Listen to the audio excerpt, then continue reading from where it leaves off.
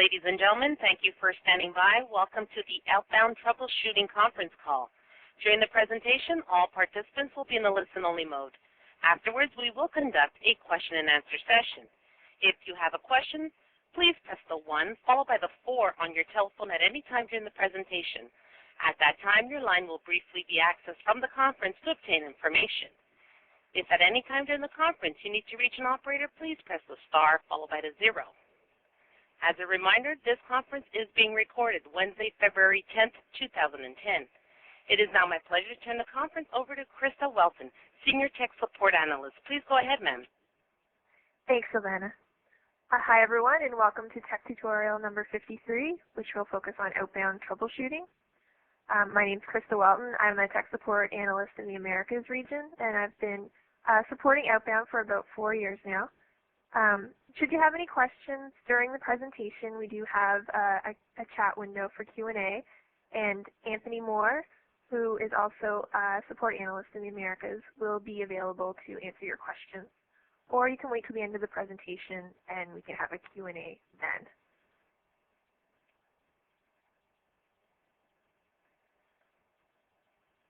So today we're going to go over the overall design of the Outbound solution first, and then discuss some best practice troubleshooting methodologies in order to gain an understanding of how the Genesis Outbound Contact solution works, and also gain an understanding of how to interpret OCS and CPD server logs. So first we're going to go over some elements of the Outbound architecture. As you can see in this diagram, Outbound Contact is made up of several different components. It's important to understand what the role of each of these components is in order to investigate possible issues you may be having with the solution. So for instance, if OCS is not able to retrieve records, you would need to investigate if OCS is sending the request to DB server for records and what the result of that request is. So Outbound Contact includes these components that you'll see on the slide. We have OC server, and the role of OC server, or OCS, is to request calling list info from the DB server.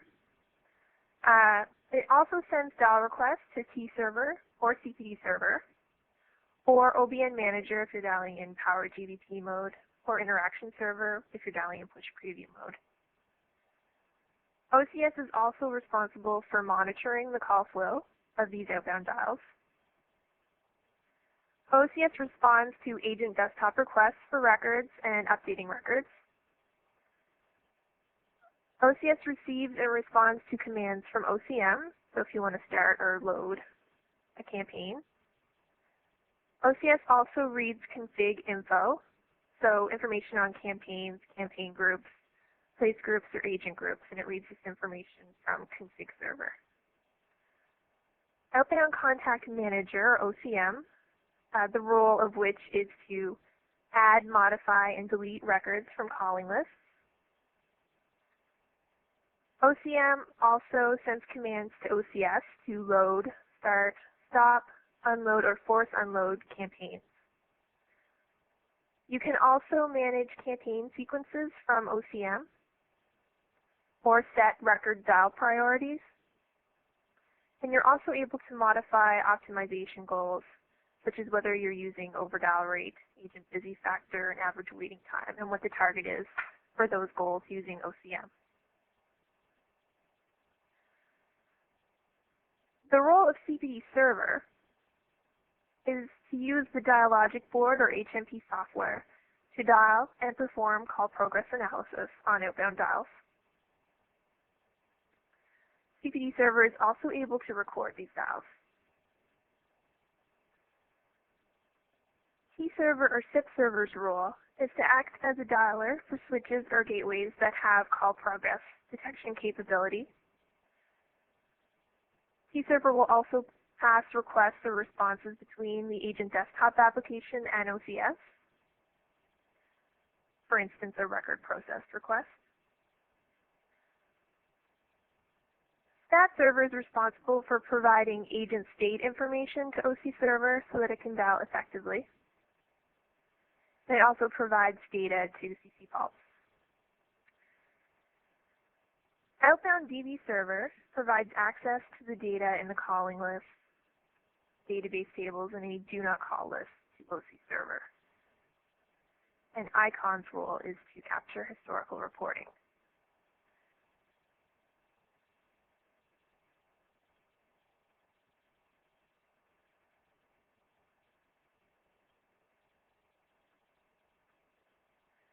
So proactive contact or powered GBT mode uses many of the components mentioned on the last slide.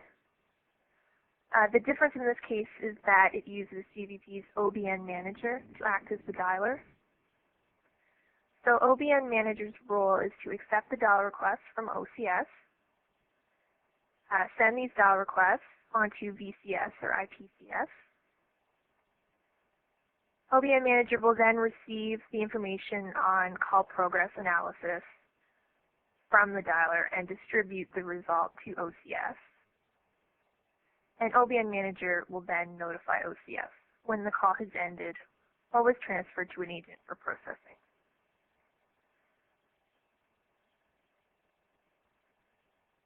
So now we're going to go over some common issues that are seen with the Outbound solution and what questions you should ask yourself if you're experiencing one of these issues, what information you would need to troubleshoot these issues as well.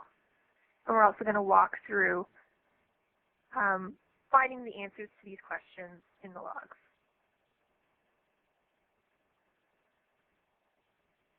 So, of course, the OCS logs are a very important tool for troubleshooting outbound issues. But depending on the issue that you're troubleshooting, you may also need to review CPD server, C server, SIP server, DB server, OBN manager, or URS logs. For instance, if you are noticing that it's taking a long time for CPD server to transfer calls to agents, you might want to investigate in the CPD server logs how long it takes for call progress detection to complete and check for any delays there. And if there's no delays in CPD server, you might want to also check the URS logs for delays in the strategy or issues finding a ready agent. So you can use the con ID to trace through the call flow in T server and OCS logs. But the record handle is also very important for investigating issues with a specific record in the OCS logs.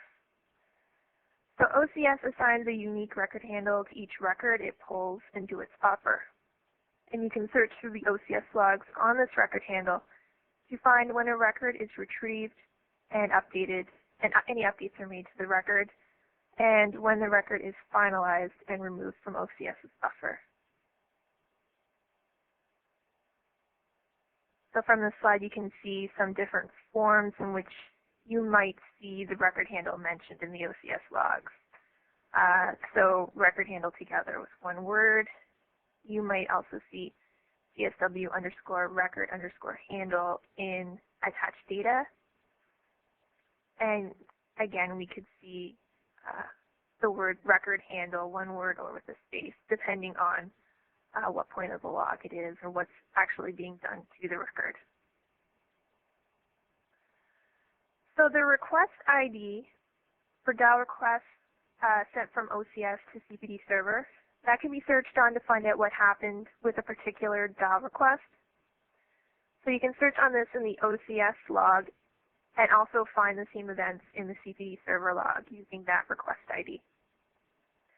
So the REQ ID with the same numerical value as the request ID can be searched on in the CPD server logs to find out, for example, what port was used for a particular dial, what time the call was connected, what result dialogic returned for that call, this type of information.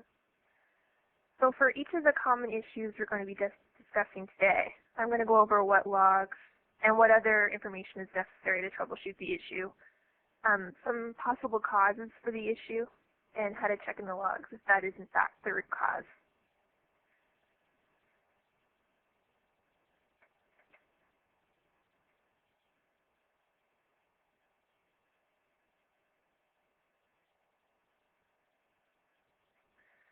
So the first issue we're going to go over is slow dialing.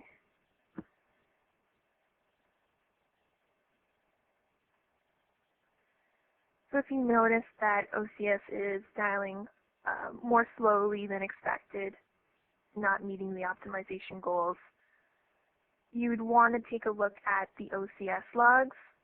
So it'd be a good idea to grab logs covering about 1 hour of dialing. If possible, it would be nice to have logs from the time the campaign was started up until the issue was noticed.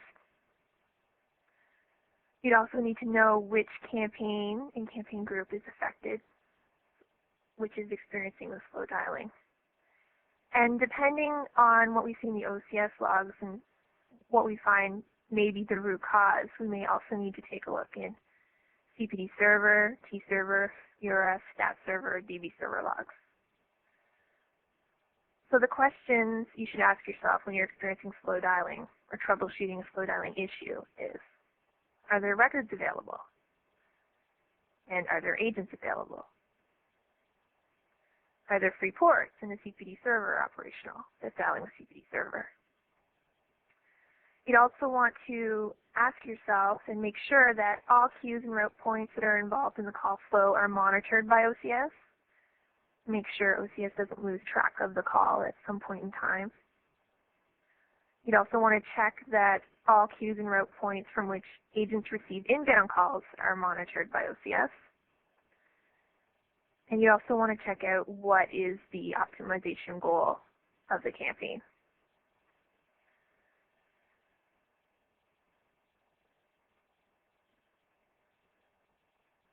So if you want to verify if the slow dialing is being caused by an issue with retrieving enough records for OCS to dial, you can check the OCS logs for a waiting_records message, and this will be printed in the campaign group message. So for this example on the screen, this is for the test SIP campaign, and the agent group is the SIP agents. And we can see the status is waiting records. And this is actually when the campaign has been first loaded and started. It has yet to retrieve any records.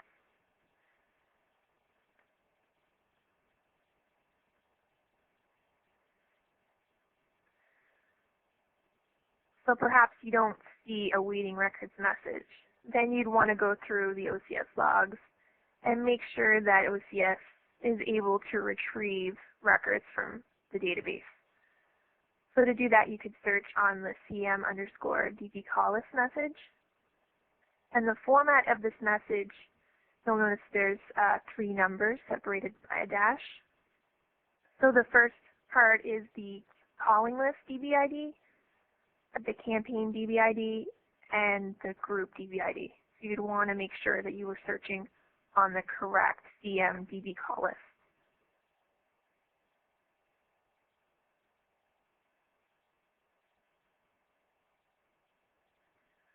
So if you grab that string, you can search down through the logs and check whether OCS is unable to retrieve any records, in which case you would see a DBM_empty message returned by DB server.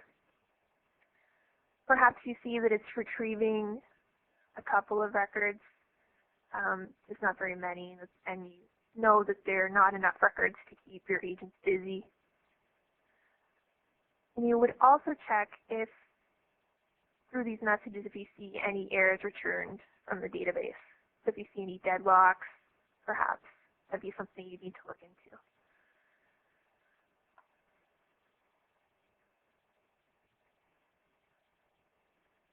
So this slide shows an example of the CM_DB call list messages, and some of this has been omitted just to fit on the slide. But here, in this first message, we see the wait info. So this gives, the information that this message gives you is what type of record OCS is attempting to retrieve at this time. How many agents are logged into the campaign, the weight of the calling list, and the total number of records OCS has calculated that it needs as a result of this information. So in this case, we can see that there aren't any agents logged into this campaign yet, because we see agents at 0. Shares 100, so this means that we're not sharing the weight with another calling list, so we're retrieving all records for the campaign from this particular calling list. The records needed total is calculated based on the buffer size coefficients, the optimal and max buffer size coefficients. So when the buffer is completely empty, OCS is going to retrieve the max number of records per agent. So if your max buffer size coefficient is set to 6, it will retrieve 6 records per agent. If the buffer isn't completely empty, it's going to retrieve the max minus the optimal number of records per agent. So if you have max set to 6 and optimal set to 4, then it will retrieve 2 records per agent. So in this case, OCS has calculated that it needs 6 records. So I've omitted the part where the SP store procedure runs and pulls records into the ready record table. But what we can see here is the message where OCS applies a filter to pull records from the ready record table. I wasn't using any particular filter, so it's just using the default at this point. But if you could see here in your logs what filter is being used to verify that this is in fact the filter you wanted to use, and make sure that there are records available with that filter. In this case, we can see that 0 records were retrieved using this information. So if you see the select T from ready record message, you can grab the request ID equals in the number. So in this case, request ID equals 115. You can grab that and search down to find the response returned by DB server. So that's where we see the DBM empty. And the next message we see is the select end message. So this indicates that 0 records were selected.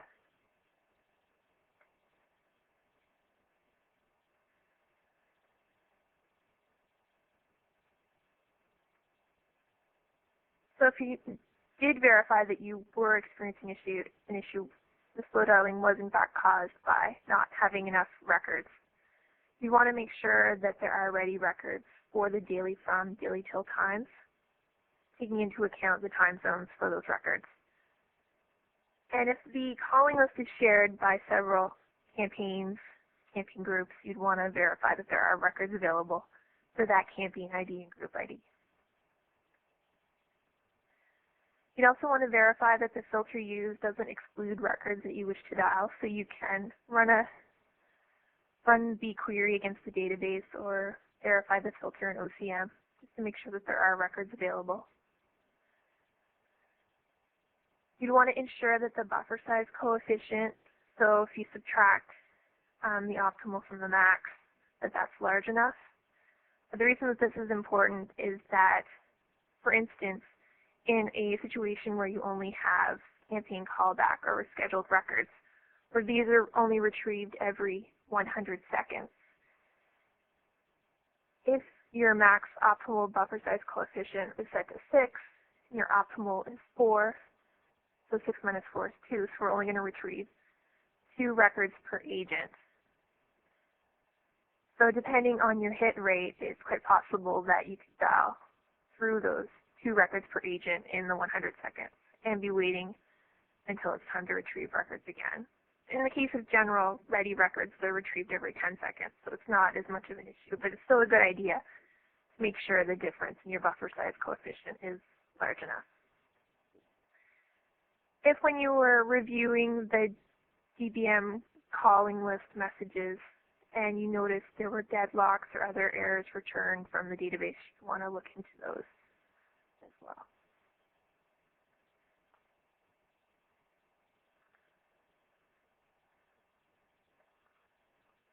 So another cause for slow dialing could be not having enough ports. So one way is to verify if this is the case is to check in the OCS logs in the campaign group message to see if the campaign group has a waiting port status. So as we see here on the slide. So this means that OCS sees that all ports on a particular CPD server or proxy are in use. If you don't see that message, you could also check for the "there is lack of" message. So in this example, OCS has predicted that it needs to make 4 dials, and there are 24 ports assigned to this campaign. But there's only one free port at this time, so we don't have enough ports to make all the dials that OCS is predicting it needs to make to meet the target optimization rate.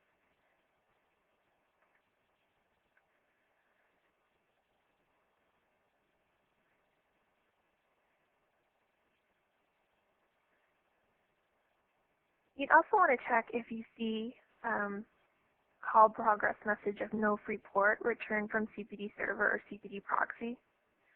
So what this means is that OCS has sent a dial request to CPD server, and CPD server has responded with an error that it didn't have a free port to make this call.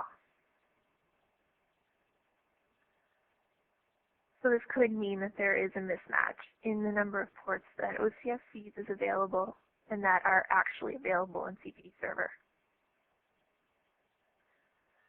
So if you did notice a message in the logs that does indicate that you don't have enough ports to dial based on OCS's predictions, you might want to look into allocating more ports to the campaign if that's possible.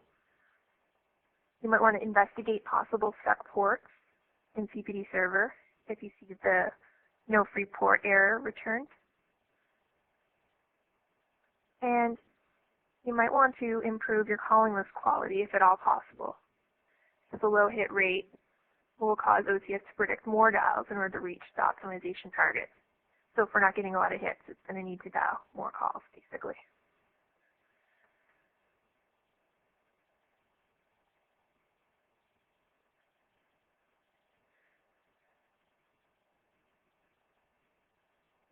So OCS may not be dialing simply because it doesn't see that there's any agents assigned to the campaign.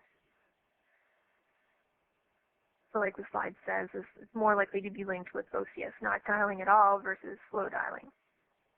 So you can verify this is the case by checking in the OCS logs for a waiting agent status message in the campaign group message. If you know that there is an agent that should be logged in and ready for the campaign, you can search on the agent DN and login ID in the OCS and stat server logs to see if the agent is logged in and assigned to the campaign. And perhaps you can see that the agent is in fact logged in and ready in stat server, but maybe for some reason OCS was unable to assign the agent to the campaign.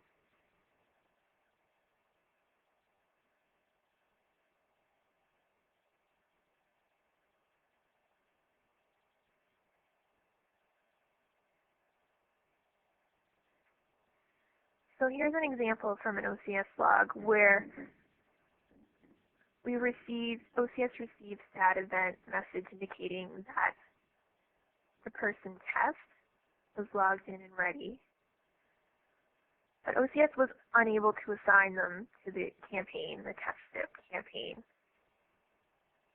We can see the reason for this was that it was unable to assign a license to the agent.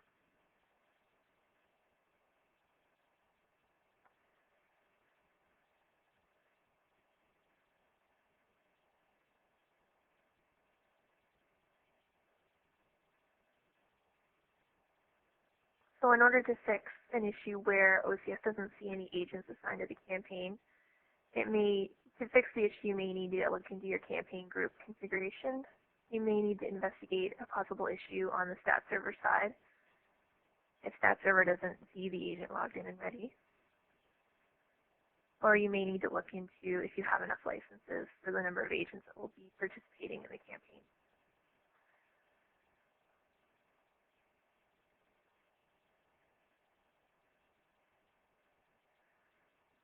Another reason you may see slow dialing would be a possible configuration issue.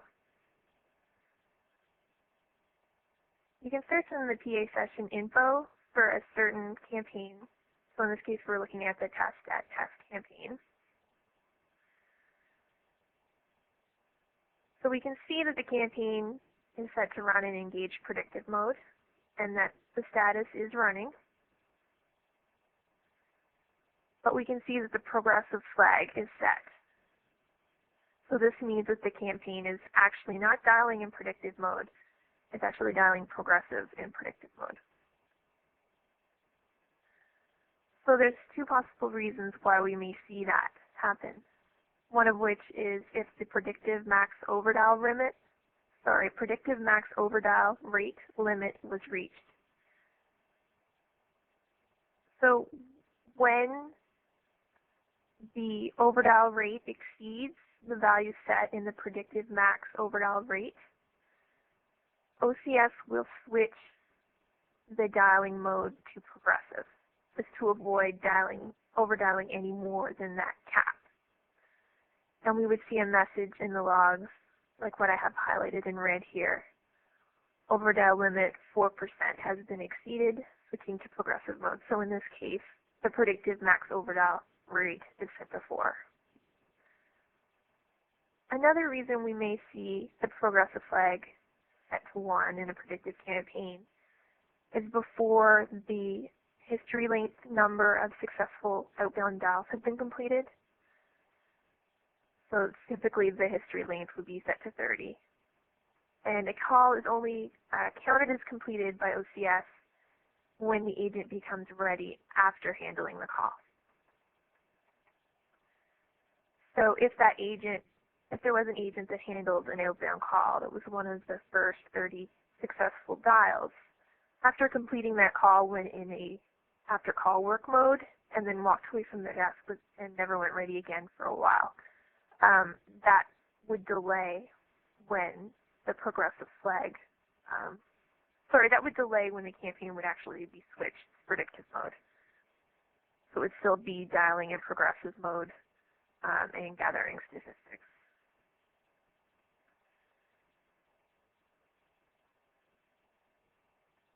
So if you know your campaign has been dialing for a while and you expect there to be more than 30 outbound dials completed, you can take a look at the PA session info.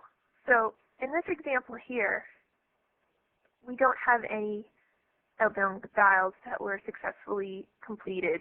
We don't see any counted as established either.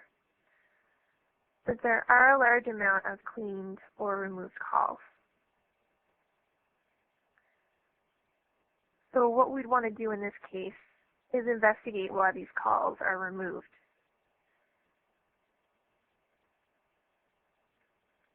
And for such a case that if you do notice that your removed or clean count is quite high, you can look for these type of messages. It would be either an outbound dialed or an outbound queued removing item. And in this message, you would see the record handle. In this case, it's 12. So if you grab the record handle and searched up, you can get the con ID and search on what happens with the call. Does the call get queued on a route point, for instance, that OCS isn't monitoring? So we're going to typically see that calls are cleaned or removed when, for some reason, OCS stops receiving events for those calls. And most likely it has to do with a DN that's involved in the call flow not being in the origination DNs for the agent group.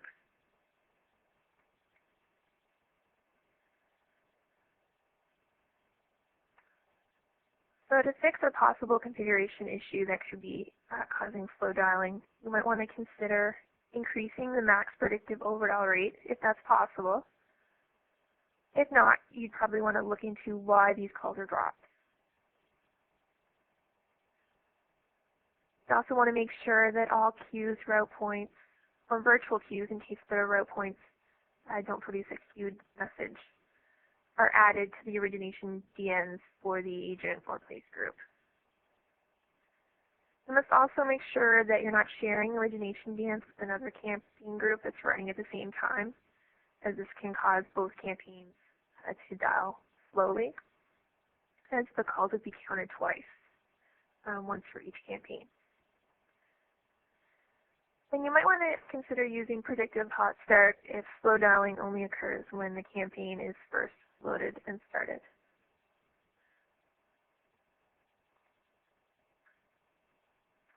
So if you use predictive hot start, you just need to specify some parameters, the hit rate, the outbound dial duration, and inbound dial duration, for example. And then OCS will use these parameters to predict how many dials need to be made.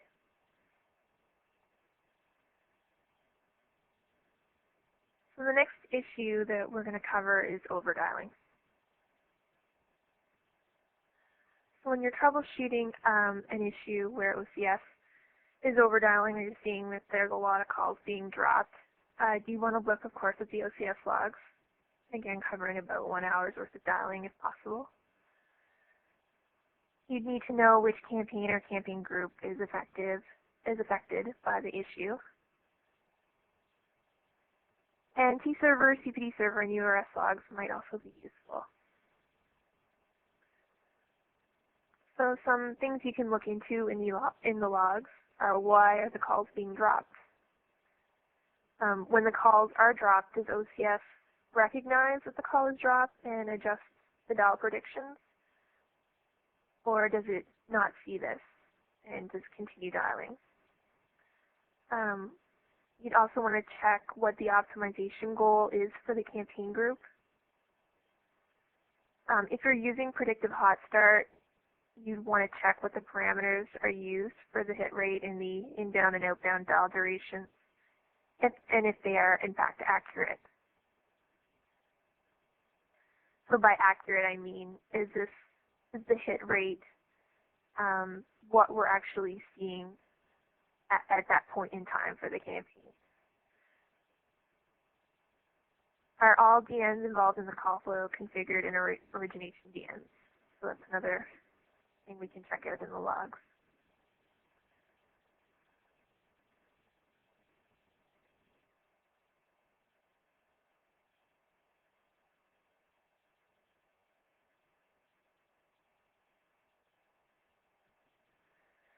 So looking into why the calls are dropped or abandoned, one thing you might want to check into is to see if the calls are abandoned, or in fact abandoned while ringing on the agent's desktop. So does the call get to an agent and for some reason the agent is unable to answer the call before the customer hangs up? So in that case, you can just search on the connection ID to see if the call was in fact ringing on the agent DN and only received and then abandoned before the request to answer the call. You'd also want to check if we're seeing abandoned calls, perhaps due to delays in sending the calls to agents. So if we're seeing calls sit in queue, we'd want to look into why that was happening. And again, you could search on the con ID in the URS logs.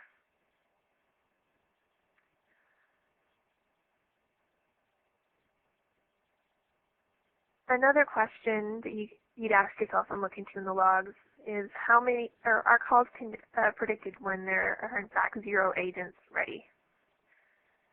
So if you check the PA session info, you can see how many agents are in a ready state and how many are in some form of not ready. So if they're in a busy out, busy inbound, busy caber, etc., these agents are still included in dial prediction. So if at some point during dialing, if all the agents went not ready and went to lunch, you would see some calls dropped at that point. But we should see, again, OCS adjust its dial predictions based on those dropped calls.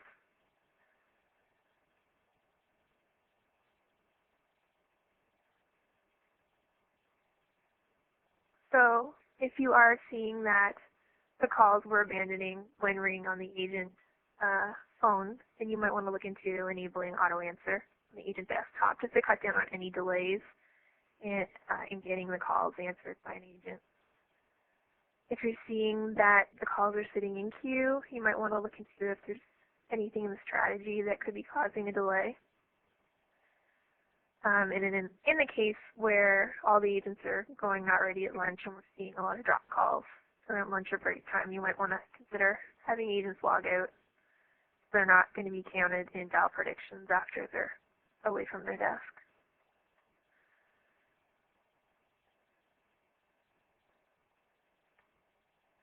So we can also see overdialing as a result of the configuration issue. So one example of this would be if you were using a high overdial rate target for the optimization parameter. So in this case, you see the overdial rate goal is 50%. So that would explain why we would be seeing a high number of calls being dropped. So perhaps the optimization parameter had been unintentionally set for 50 when it should have been set for 5. Another configuration issue that could result in overdialing is if you don't have all inbound calls configured in the origination DNs, inbound queues configured in origination DNs. So what this means is that inbound calls are being answered by agents in your campaign group, but OCS isn't expecting or doesn't see queued events for these dials. So it's not monitoring these queues, and instead it's seeing other calls being presented to agents. Another reason we could see other calls is if, for instance, outbound dials from another campaign are being routed to the agents in this campaign. So we'd want to make sure that that's not happening either.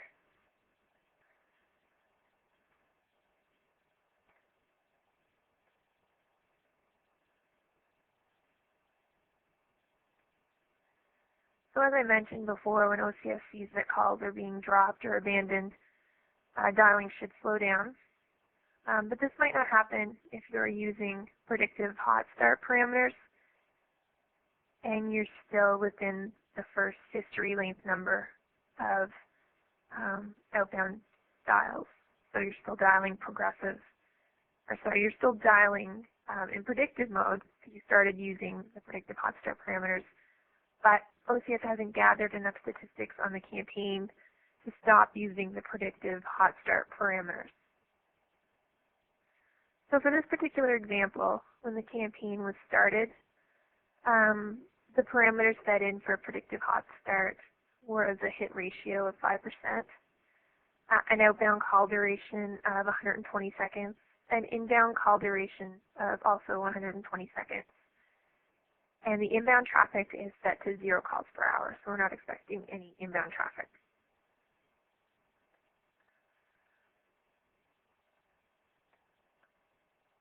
So after this campaign has made several dials, in fact 1,600 dials, but we're still only seeing 18 calls completed. So at this point, the campaign is still using the predictive hot start parameters.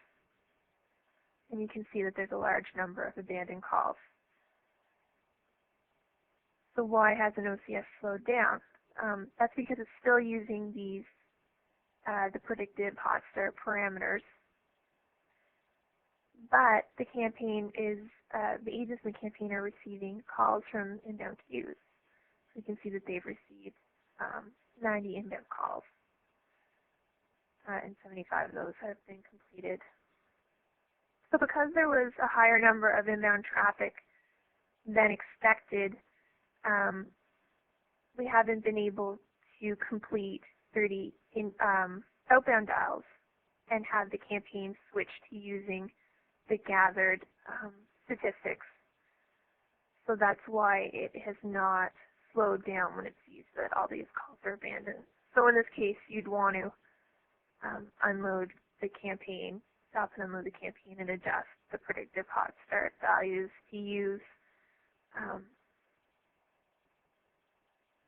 the hit rate and inbound traffic values, more likely what you would experience during that perhaps hour on that particular day. So if you know that on Mondays you receive more inbound calls than you do on Wednesdays where you don't receive any traffic, you'd want to use different predictive hot start values on those days.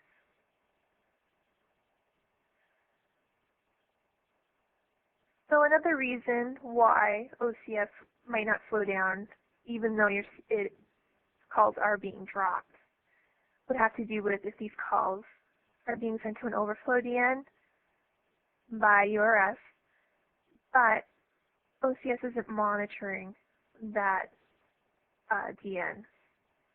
So OCS doesn't receive the event abandoned message as it hasn't registered that DN, or perhaps it's counting it for a different campaign.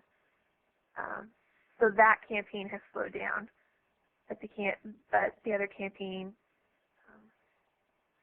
sorry, that's not explained very well. So if you had campaign 1 and campaign 2, campaign 1 has the overflow DN and its origination DNs. So that means that all calls that are dropped will be counted in that campaign statistics. On campaign 2, its dropped calls are still sent to this DN, which isn't a good practice. You should have separate overflow DNs for each campaign. But if we were sending the drop calls, the overflow DN for campaign 1, campaign 2 would have no knowledge that these calls are being dropped, and so it would not slow down dialing.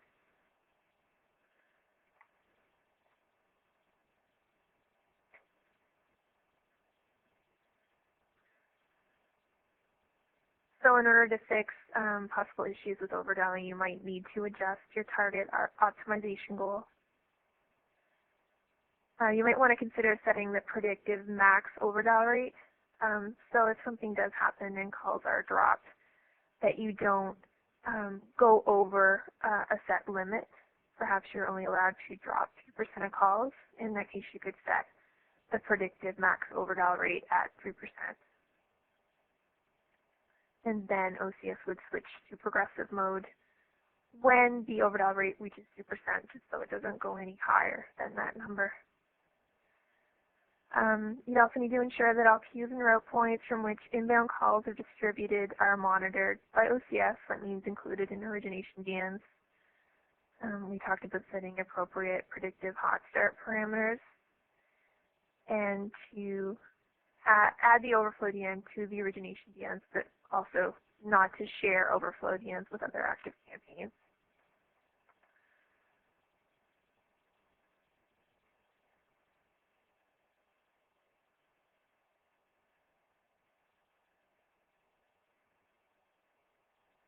So another common issue has to do with call classification issues.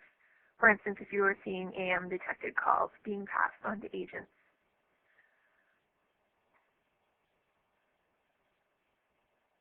So to troubleshoot these types of issues, you would need CPD server and T-server logs. CPD server recordings, so the box files, those are also very important. And depending on the issue, you may also need your itsinfo.html file from the Dialogic directory. So you first want to make sure that you have the call answer type recognition option set to use accurate AM detection. So that will make sure that you have the best possible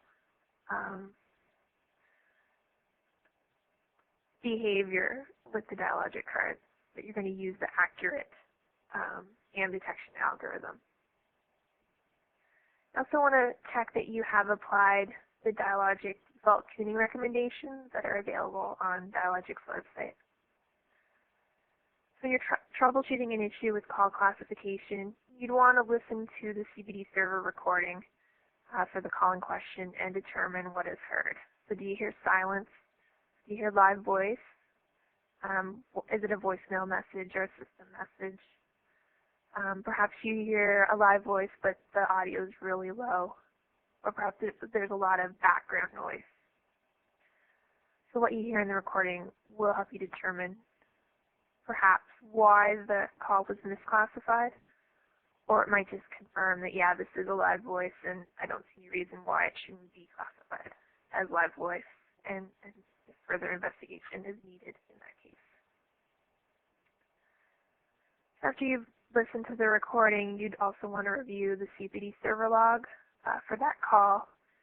You can search on the recording file name to get the request ID, and then when you have the request ID, you can search through to find out what result Dialogic returned from call progress analysis. So in the call progress message sent to OCS, there's some extensions that are useful. So the GSW CPD file name, that will tell you which box file you would look for that call. Other important information that you can get from that is the con ID, the request ID, and the result that was assigned to the call. So in this case, it was answering machine.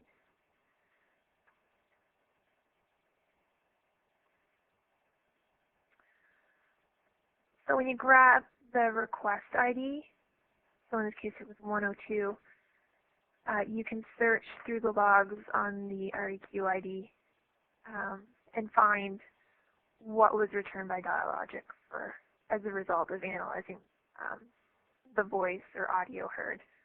So for this particular call, we can see that Dialogic returned positive answering machine detection. In the case of request ID 109, we can see that positive voice detection was returned.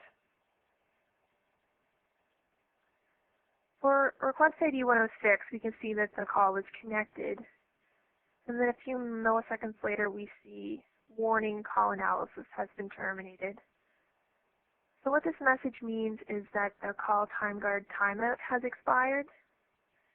The call timeguard timeout is an option that you can set. It's set in milliseconds. It tells CPD server how long to allow Dialogic to complete call progress analysis. And if there isn't a result returned within this timeout, then what CPD server will do is transfer this call to an agent.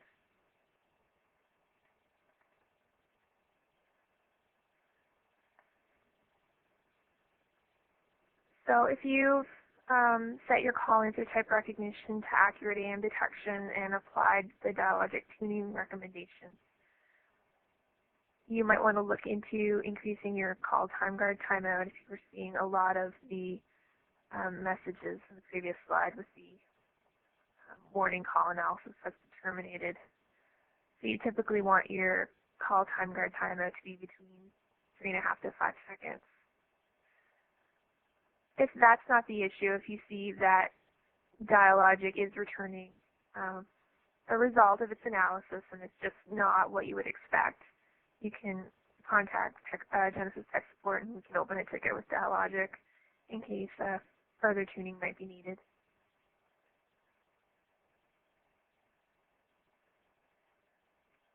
So another common issue I've seen is dial errors in powered GVP mode. So for these types of issues, you want to look at OCS and OBN manager logs. It's also helpful to have a screenshot of the campaign group's annex tab. So the reason that that is useful is so you can look at the max queue size, how that is set. You'd also question what the max queue size is set to in the IVR profile. So that's set on the OBN property page. Some other information that's good to know is how many ports are available for dialing, what is the time to live setting, and what is the average call length.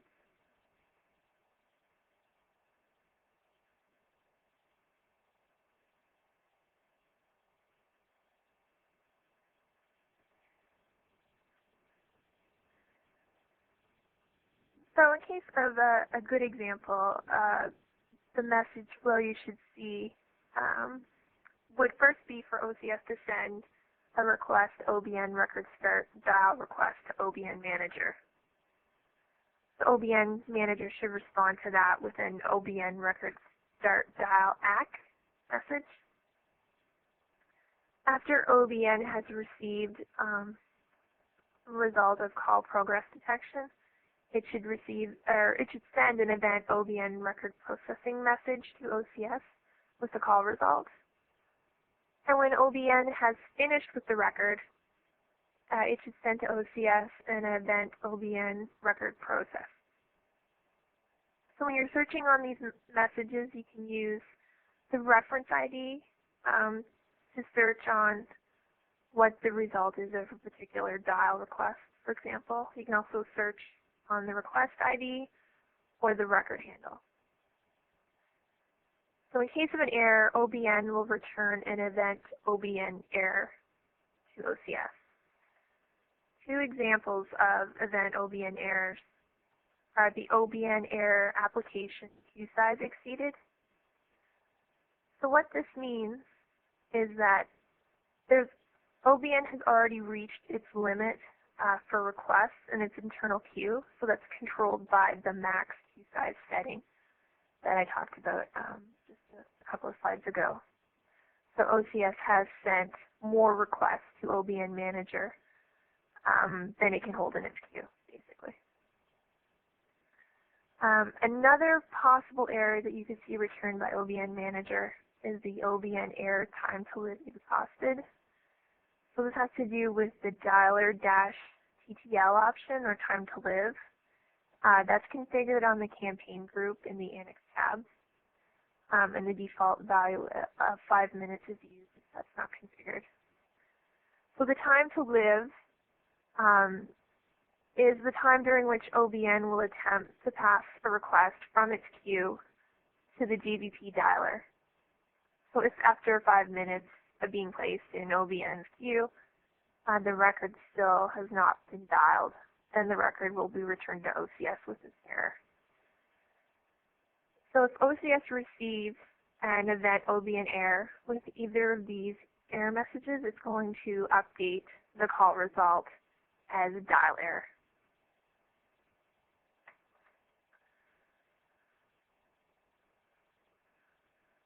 So to avoid this, you should make sure that your max queue size that's set in OCS and in OBN Manager is actually a good value. So to do this, you'll want to know your call duration, so how long it takes from dialing until completion, the number of ports that you have available for dialing, and the time to live.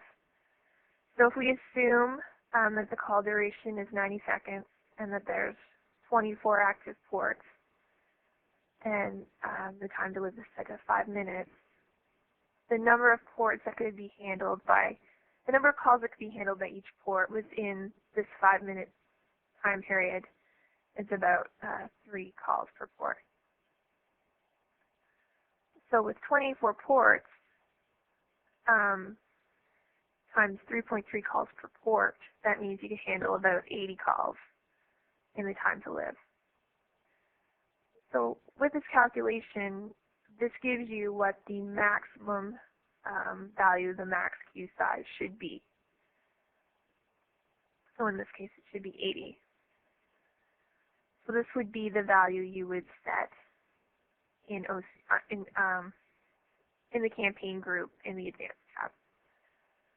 So the ideal maximum queue size should be closer to the number of ports available, perhaps 24, but you can increase it up to a max of 80.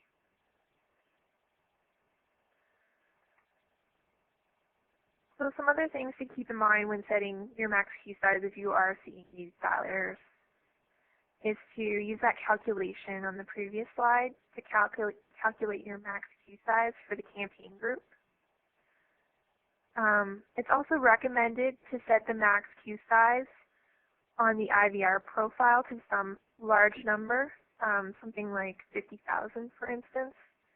So just set it large on the OBN Manager side and control how many requests are sent on the OCS side by using the number from the calculation on the previous slide. If you're going to have multiple campaigns using the same IVR profile, so for instance, if you're going to have 2 campaigns running using that same dialer with 24 ports, then you would need to divide the total max queue size between these campaigns, so that if you have campaign A and campaign B, the max queue size on the advanced tab of each of these campaigns, if you add it up, it should equal 80, or it would be less than 80. So you could have 40 and 40, for instance.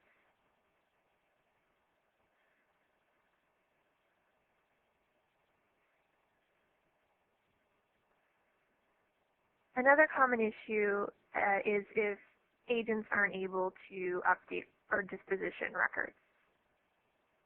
So for these types of issues, you could look in your OCS and P-server logs, and possibly you may need DB server logs.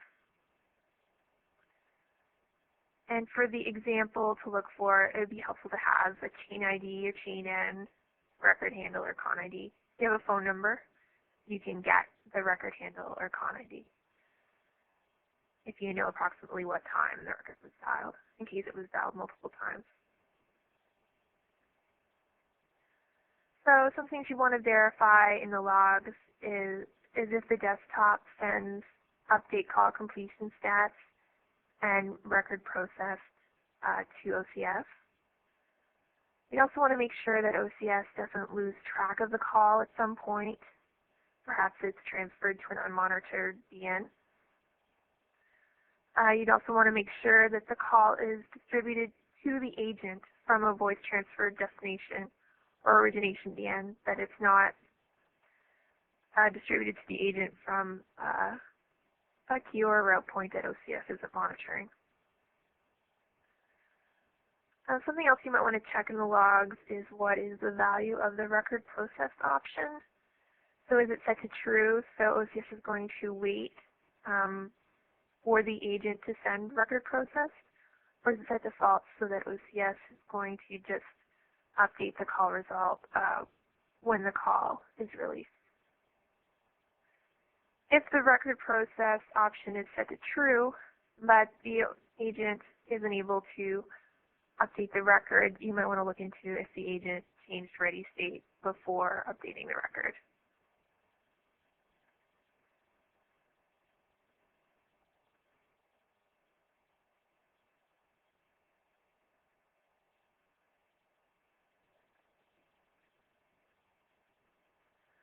What you can search for in the OCS logs is requests, the update call completion stats, and record process that they were received for that particular GSW record handle. Perhaps these requests were received, but OCS returned an error, or perhaps OCS ignored the request for some reason. And again, we can check if the agent changed ready state before it updated the record. Perhaps OCS received the response and sent acknowledgement, but for some reason it didn't send the request out to DB server to update the record. So we want to see if in fact it did send the request to DB server, and was that successful. So here's a good example of an update call completion stats user event that's sent to OCS.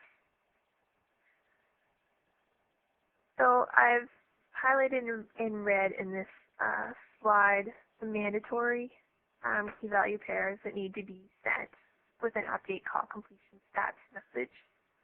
So in this case, we see the record handle that we want to update is record handle 5. And we can see the DSW call result is 33, or answer. So again, the mandatory fields is the DSW application ID, the DSW campaign name, the DSW record handle, and DSW agent request type.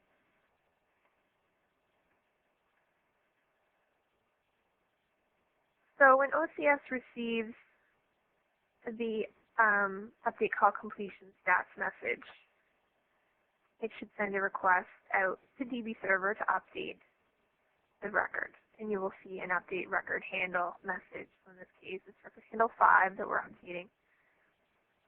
And here is the command that was sent to DB server. And then we can see that OCS acknowledged the request and sent the response back to SIP server of update call completion stats acknowledged.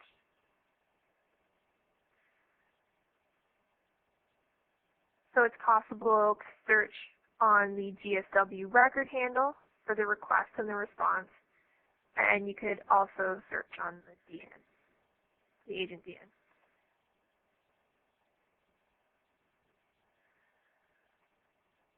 And here is a record processed example. So the required key value pairs are the GSW application ID, the GSW campaign name, and GSW calling list, the GSW record handle, and the GSW agent request type. So when OCS receives a record process user event, it should again send a request out to DB server to update the record, and again you'll see an update record handle message. And it should again acknowledge the request and send back to the agent a record process acknowledge.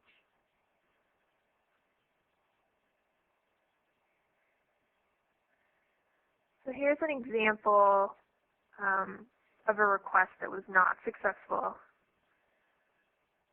So in this case, we can see that OCS received the update call completion stats message, user event. In this case, OCS did not acknowledge the user event. It did not send back update call completion stats acknowledge, and it didn't respond with an error either. In this case, it just printed in its log GSW application ID doesn't match skipping. So the problem here is that the application ID sent in the user event is incorrect. So for this type of issue, the agent wouldn't necessarily know that the record hadn't been updated correctly, as it wouldn't receive an error back. So you need to go look in the logs what was going on. Other errors you might see is an attribute GSW record handle has wrong value. That would be sent back to the desktop. Yeah, in the case of course, a record handle that OCS doesn't recognize. You can also see the message default processing event skipped printed in the logs, and I've seen that when the key value pairs sent they're just not correct.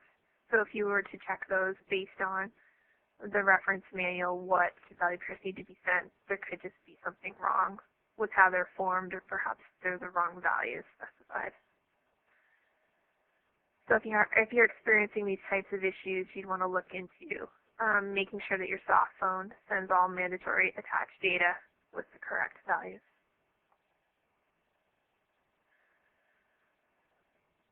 So another reason that the agent might not be able to update the record has to do with incorrect call flow. So in this case, OCS will respond back to the agent with a record processed acknowledge, but it doesn't send an update record request to DB server. The reason you might see this is if OCS didn't receive queued or diverted events before the call was established on the agent desktop. So you can search through on the con ID in the OCS logs and see if OCS did receive a queued event. If it did not, you could search in the T-server logs to see which queue the call came from and look into correcting, having OCS monitor that queue. So what you would see printed in the OCS log, in this case, would be a call progressor XX inactive message. So in this case, XX is the record handle. So again, to fix that, you just need to make sure that all DMs involved in the call flow are in fact monitored by OCS. So here's an example where the agent changes ready state after the call has been released. So in this case, record processed is set to true. The call is released and the agent becomes ready. So we see event agent ready sent from stat server. But the agent hasn't yet sent record processed.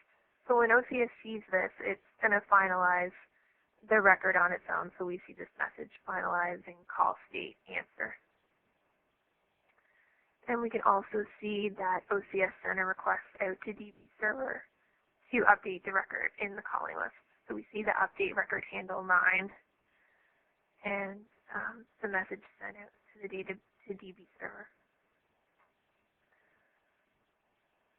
So then if the agent were to attempt to update the record after they change to a ready state, in response to the record process user event, the following would be returned, the error, no call found for the record handle. So this is because OCS has already updated the record and removed it from its buffer.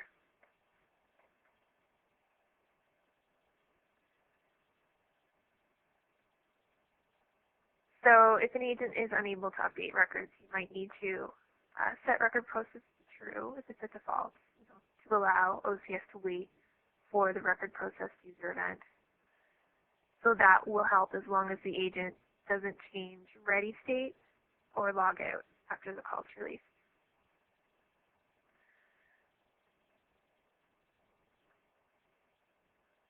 You'd also want to look into setting the outbound answer action or outbound release actions. This is so that when an agent answers a call, they are set in a not ready state. Then when the call is released, they don't automatically become ready.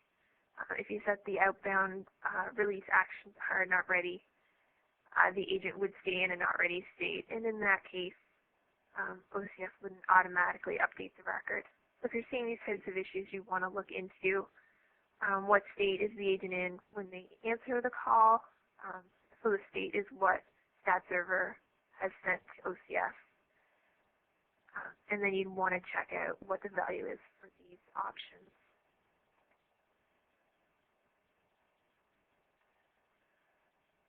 So another common issue is stale records. So again, for an issue with stale records, you'd want to take a look at the OCS logs. And again, you might also need T-server logs for these type of issues. And you'd want to know an example of a stale record to look at. So you can grab the chain ID and chain in and find the record handle or con ID. So you want to verify in the logs if OCS loses track of the call. So is it transferred or diverted to an unmonitored DN? Does the agent send record processed for that call? Perhaps the agent just doesn't update the record before the stale clean timer expires. You'd also want to check if the call is distributed from the voice transfer destination or an origination DN. If dialing in Power GVP mode, you want to check what the value is of the record action that's returned in the event OBN record process message. And you would also want to verify that the stale clean timeout is set high enough and make sure that it's longer than the expected length of an outbound call.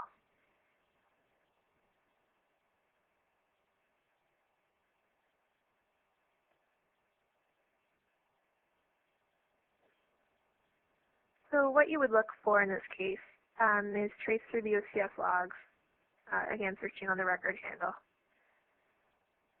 and see if a record process user event was received from the desktop by OCS and that OCS did return record process acknowledged. You also want to verify that the update record message was generated by OCS, that the record was actually updated in the database. So again, you can look back on the cannot update record slides for details on that. So you can trace through the call flow in the OCS logs using the con ID just to make sure that that OCS sees the queued and diverted events for that call before it's established on the agent DN, or if those DNs need to be added to origination DNs. You'd also look for the last key event before the record is updated as stale to see if perhaps the call has been transferred outside of OCS or if it was diverted outside of OCS. If the agent is transferring the call outside of OCS monitored DNs, you might want to have the soft phone send a record process before transferring the call.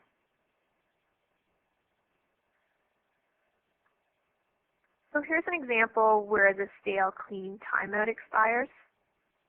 So in the logs, you would see call square bracket and then the record handle. So in this case, the record handle was 1.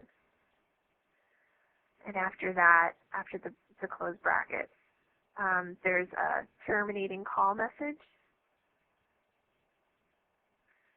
So we can see that OCS is releasing this call from its memory and cleaning up the record and setting the call result to 46, which is stale. This is what happens when the stale clean timeout expires.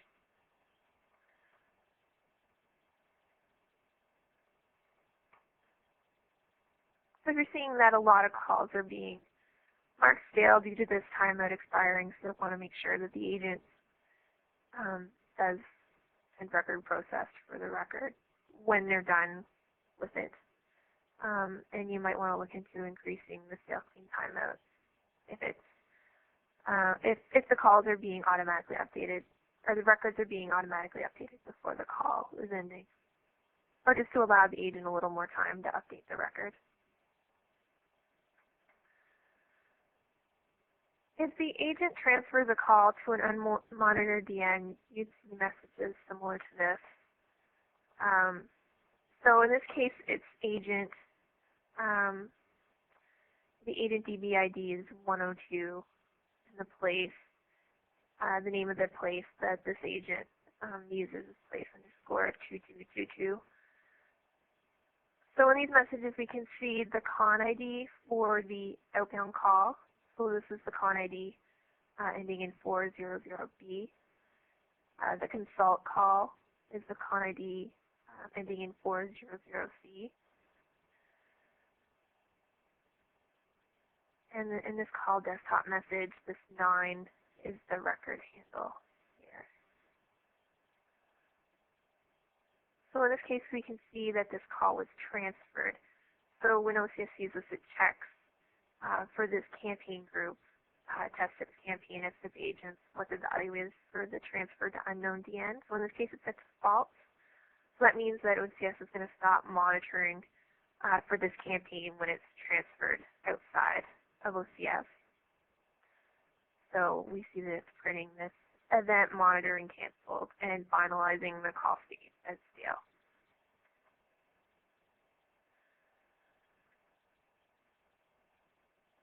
So you might want to look into setting transfer to unknown DN to true. So in this case, OCS will still need to receive a record processed user event for this record. The alternative is to have the agent send record process before transferring the call.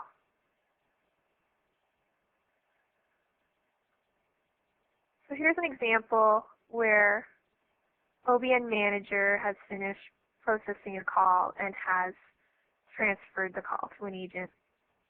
So what you see in the logs is event OBN record process sent to OCS from OBN Manager. Typically, after you see this message, you would also see an update record message. In this case, OCS doesn't update the record, finalize the record in the database. And this is because the record action is set to 5, which means transferred. So OCS knows that there's an agent handling this call at this point. So OCS is going to wait for the agent to send record process for this record handle. So if the agent doesn't send the record process user event, then this call will eventually be marked as stale.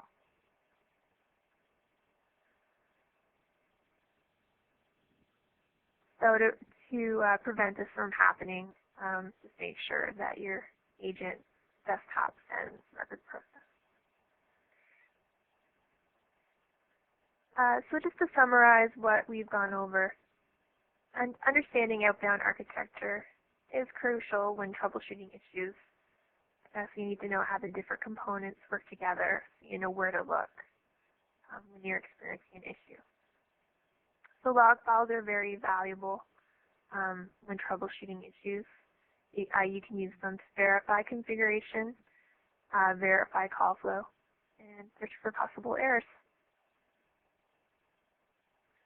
Other resources, there's some courses available through Genesis University,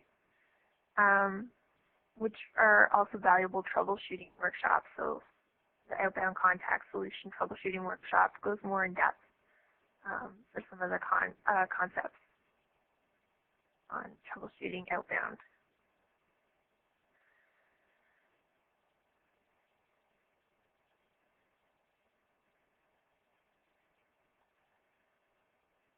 So at this point, I'd like to open it up for questions. Sylvana, are you there? Can you open it up for questions? Certainly, ladies and gentlemen, if you'd like to register a question, please press the 1 followed by the 4 on your telephone. You will hear a 3-tone prompt to acknowledge your request. Your line will then be accessed from the conference to obtain information. If your question has already been answered and you would like to withdraw your registration, please press the 1 followed by the 3. If you are using a speakerphone, please lift your handset before entering your request. One moment, please, for the first question.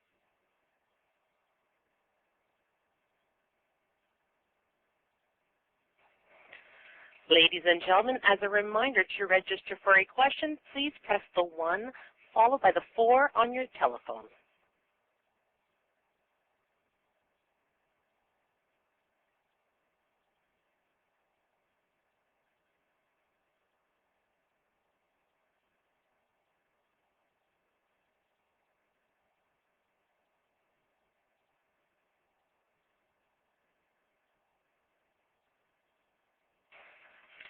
Ladies and gentlemen, as a reminder, to register for a question, please press the 1 followed by the 4 on your telephone.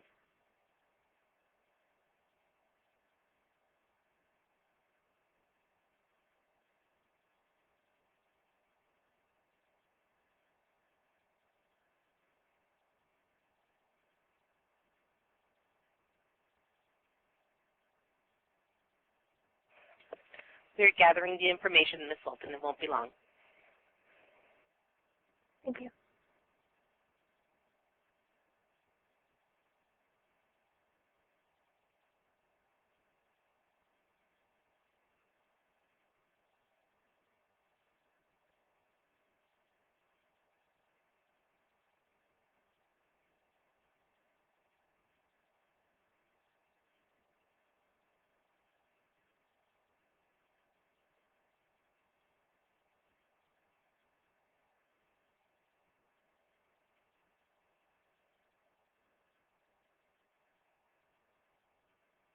And our first question comes from the line of Rick Smith from Nation. Please proceed with your question.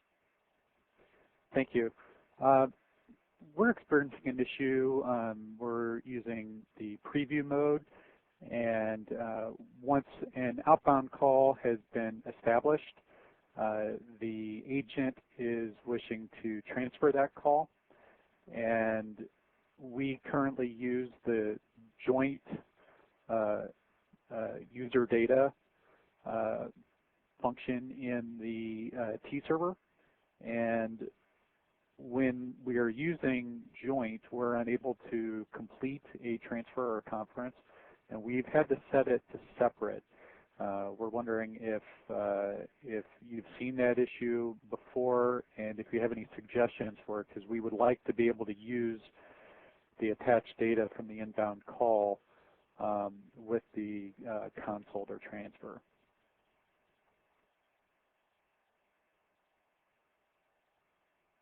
Sorry, Rick, what type of key server are you using? It's an Avaya 7.2. Okay. I'm not aware of any issues with being unable to complete a transfer based on that setting. My recommendation would be to open up a ticket with support if you haven't done so already. Okay. We can look into that for you. Sure. Thanks. And our next question comes from the line of Mr. Venkat from Genesis. Please proceed. Hi, good morning. My name is Venkat from India Tech Support Operation. I have a question here. In fact, I'm facing an issue in one of the customer where customer running the campaign in preview mode, and he's sending a request from the desktop, and instantly he's getting the message as no records available. So when you look at the log, when I look at the log in the OCS, I do see that the request is sent, and instantly within milliseconds, I receive the no records available without sending this to the DP server. At the same time, I do see that the campaign is assigned to so and so, and SS disconnected, event user event. So I assume that OCS lost connection with the SS. I assume it is stat server. So is this the reason we see that no records available in agent desktop? Hi, Venkat. I have seen issues with no records, the message being returned in preview mode when there are issues with stat server sending agent assignment to OCS. So you mentioned that you did see OCS had lost connection to stat server at some point. So it could be related to naturally, that. Yeah, sorry to interrupt you. In fact, I didn't see the stat server I didn't see the stat server disconnected message in the OCS log saying that so and so the stat server was disconnected so and so time. Instead, I am getting SS disconnected. That's the message I'm seeing in the log, in the OCS log, after the preview request, before the no records available message. Sorry, what is the message that you're seeing? I do see that the error says no records available. Okay, so you did or you don't see a stat server disconnection? Okay, here it's very tricky where I do see the only message that is agent session, campaign running, assigned, SS disconnected. And then I see the options like agent underscore preview underscore mode underscore start is equal to false. And immediately I'm getting the message as a response as no records available. Okay. In that case, what I would do is I verify that you do see OCS is able to pull records from the database so that there are records in the buffer. If not, we want to look into why that's not happening. And also just verify that OCS has assigned that agent to their correct campaign, because perhaps they're assigned to a different campaign than the one they're requesting records for. So that's where I would start with that issue and then go from there. And if you want, we can look at this after the call. Yeah, just I'll wrap up with a few clarifications. This campaign is certainly working fine, and it stopped at one point of time. Maybe it will happen after a period of time. So it's really sporadic. So my doubt here is if some reason if OCS lost connection with stat server. So did the kind of issue we expect? Because when I look at the lab environment, I see that I can reproduce this error if I stop the stat server in the middle. So is this the one of the reason we see that no records available message? I mean, error message. So you're saying that you see that OCS has lost connection to stat server, and you're asking, is that why you may see a no records available message, correct? Yeah. That's what you're asking? Yeah, right. It's possible that could be, that's most likely why we're seeing that message in this case, is because OCS is no longer able to get information on agent availability because it has lost connection to stat server. So we want to look into the OCS stat server connection and see what happens if it reconnects, and at that point, is it able to recognize that that agent belongs to the campaign. Okay.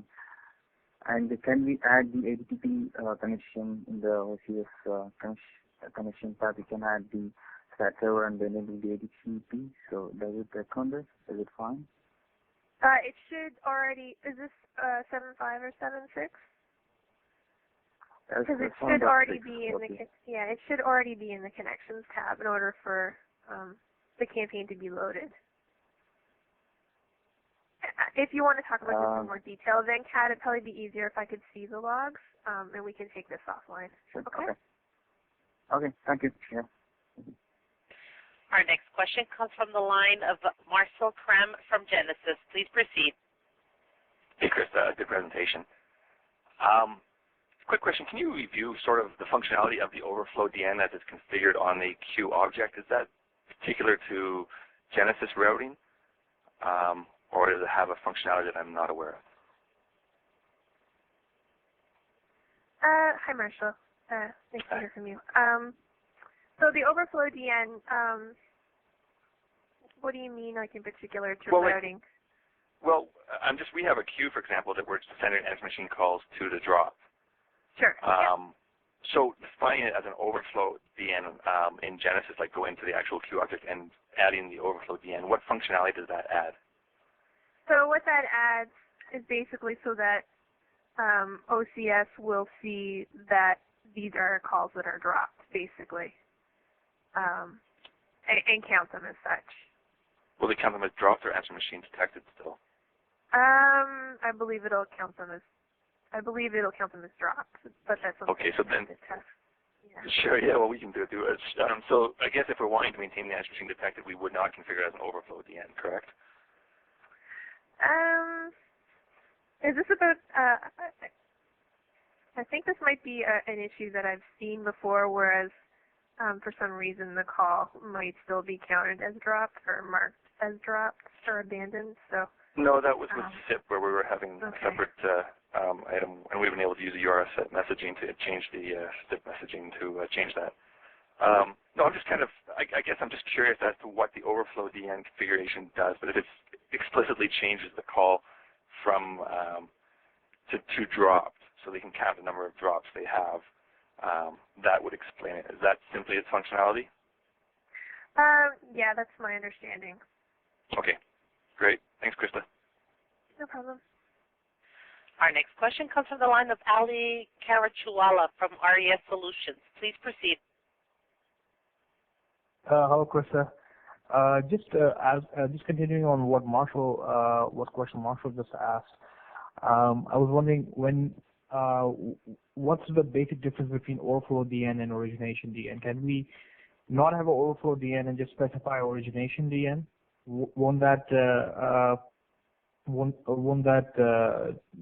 handle the calls exactly the same way, or do we still specify that answering machine detected as overflow DN? Thank you. Hi, Ali. That's a good question. And based on my understanding, what the overflow DN does is allows you to count the calls as dropped. You don't need to have an overflow DN. You can, as you said, just have origination DNs. that's also possible. I'm just not sure right now at this point in time about whether the calls in some cases updated as AM detected and in other cases dropped. That's something I have to look into. All right, thank you. No problem. And there are no further questions at this time. I'll turn the call back to you. Please continue with your presentation or closing remarks. Okay, thank you, Savannah. That's about all I had today. So thank you all for attending. And the presentation will be available on the website for download early next week. Thanks. Ladies and gentlemen, that does conclude the conference call for today. We thank you for your participation and ask that you please disconnect your line.